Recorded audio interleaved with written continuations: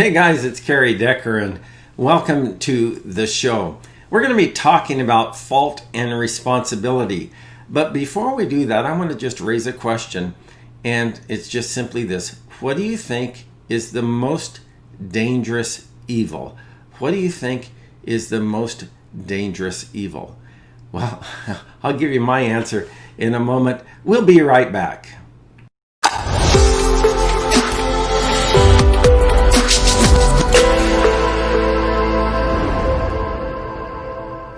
So, that question, what do you think is the most dangerous form of evil? What does that have to do with fault and responsibility? Well, probably a lot more than what you think. You know, one of the things that I've done in my professional life as a minister is that I've done a lot of work with helping survivors of abuse and trauma.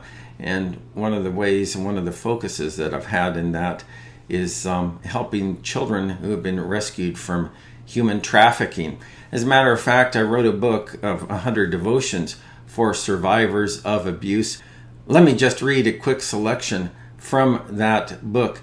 And in that selection, I talk about the most dangerous form of evil.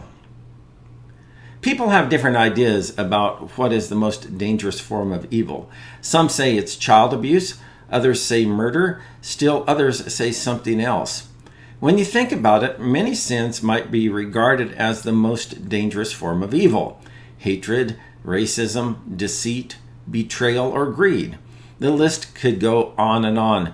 But one could make the case that the most dangerous form of evil is justifiable evil.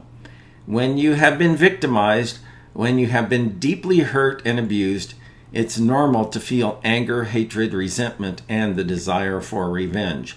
And no one faults you for feeling that way. As a matter of fact, most honest people would probably say that they would feel the exact same way if they suffered the same type of abuse.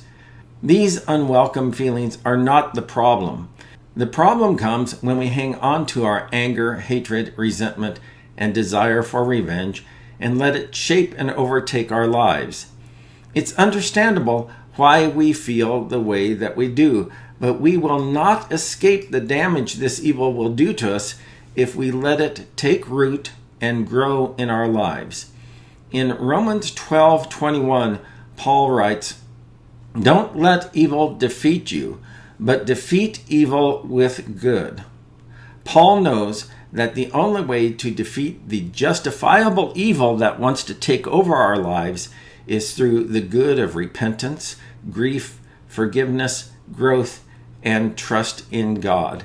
Good things like that are the surest way to overcome the most dangerous form of evil, justifiable evil. And so, here's how this connects to fault and responsibility. When you have been hurt and deeply hurt by your partner, well, they're at fault.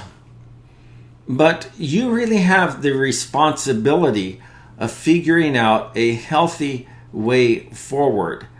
I have a little video from my online relationship coaching program that may help clarify the difference between fault and responsibility. Let's just take a couple minutes out and watch it.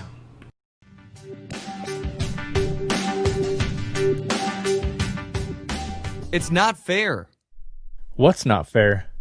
Sue is the one who did wrong, but I'm the one who seems to be doing all the work grieving, forgiving, and trying to find a way forward. It just isn't fair.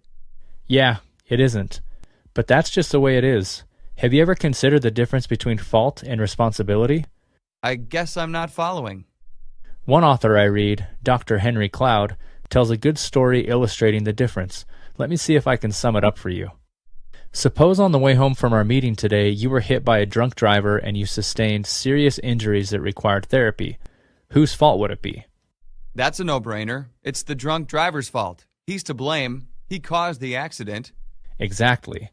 But who would bear the responsibility for going to physical therapy, working through legal stuff, and getting the necessary emotional support to resolve all this? Duh. Obviously, that would be me. I'd have to do all that, or I wouldn't get any better. No one is going to do it for me. The same goes in your relationship with Sue.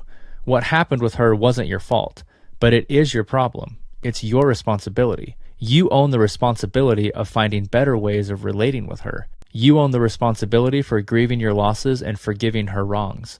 And you own the responsibility of finding a good way forward not only in your life, but also in your relationship with Sue, if she wants to work things out. You see, when bad things happen to us, it is natural to be hurt, angry, and resentful.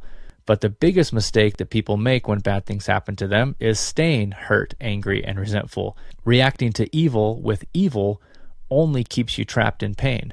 So Sue may be at fault, but you own the responsibility of where you go from here.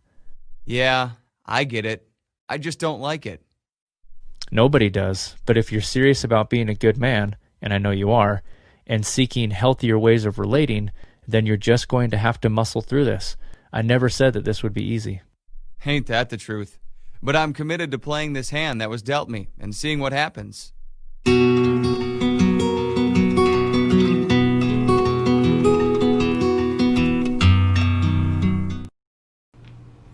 In this marriage summit, we're looking at 4 habits to transform your marriage. One is to reframe your thinking about your marriage. The second one is to end the blame game. The third one is to reject reactivity. And the fourth one is to solve for X. You know, with respect to this whole issue of fault and responsibility, all 4 of those habits come into play. We need to reframe how we think about fault and responsibility. We need to end the blame game. We need to reject reactivity, and we need to solve for X. In other words, I need to find a healthy way forward. And usually that healthy way forward involves the path of grieving my losses, forgiving their wrongs, learning how to communicate about my hurts and pain in a healthy way, setting up healthy boundaries when that's necessary, and adding in the building blocks that it's going to deepen our relationship and intimacy.